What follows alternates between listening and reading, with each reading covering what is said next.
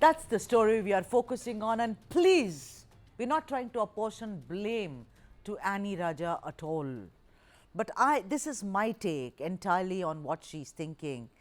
Wayanad's Annie Raja on dangerous animals. In recent times, the sight of an elephant chasing after the 47-year-old Ajit Joseph was most traumatic. If you remember what that visual was.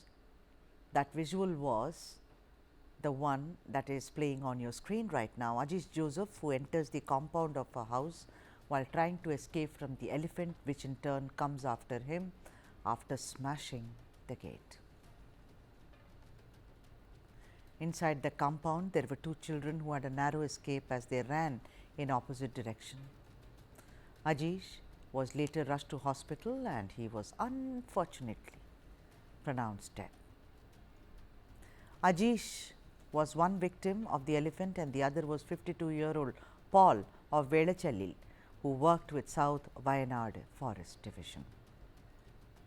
Even though the Kerala Legislative Assembly unanimously passed a resolution urging the union government to amend the relevant sections of the Wildlife Protection Act of 1972 to address the escalating human-animal conflict in the state, the point is, would that suffice to reduce the man-animal conflict at all? The latest to join in the chorus in suggesting an amendment to the Wildlife Protection Act is Annie Raja, the CPI candidate who is the candidate against Rahul Gandhi in Wayanad in the impending Lok Sabha elections. Annie has an advantage over others because she is a local and understands the pain that people go through after losing a family member to an animal. She is from Wayanad. While the Kerala government has declared the man-animal conflict as a state-specific disaster, Annie strongly advocates, much like her party, permitting hunting or killing of wild animals that become dangerous to human life. Yes, there have been protests and loss of lives, I totally agree, but amending the Wildlife Protection Act without correcting the imbalance between man and animal may prove futile. Let us talk about the specific section 11 of the 1972 Act, which regulates hunting of wild animals. As per clause 1A of the section, the chief wildlife warden of a state, if he is satisfied that a wild animal specified in schedule 1 has become dangerous to human life or disabled or diseased beyond recovery, whatever may be the reason, permit hunting or killing of such an animal.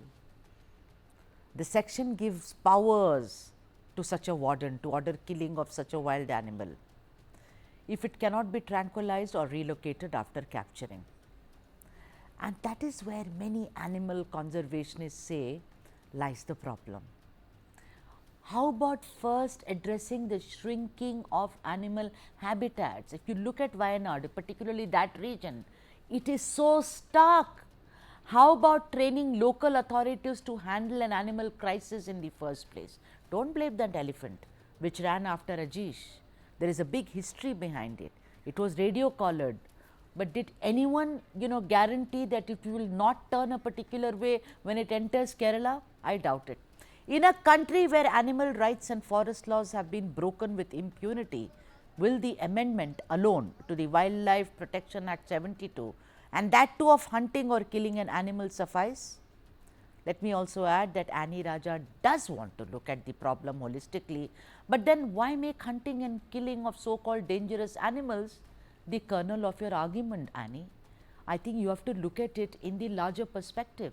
Just by parking it on the doorstep of the union and say let's bring this amendment, or just by saying that the people are suffering is not going to suffice.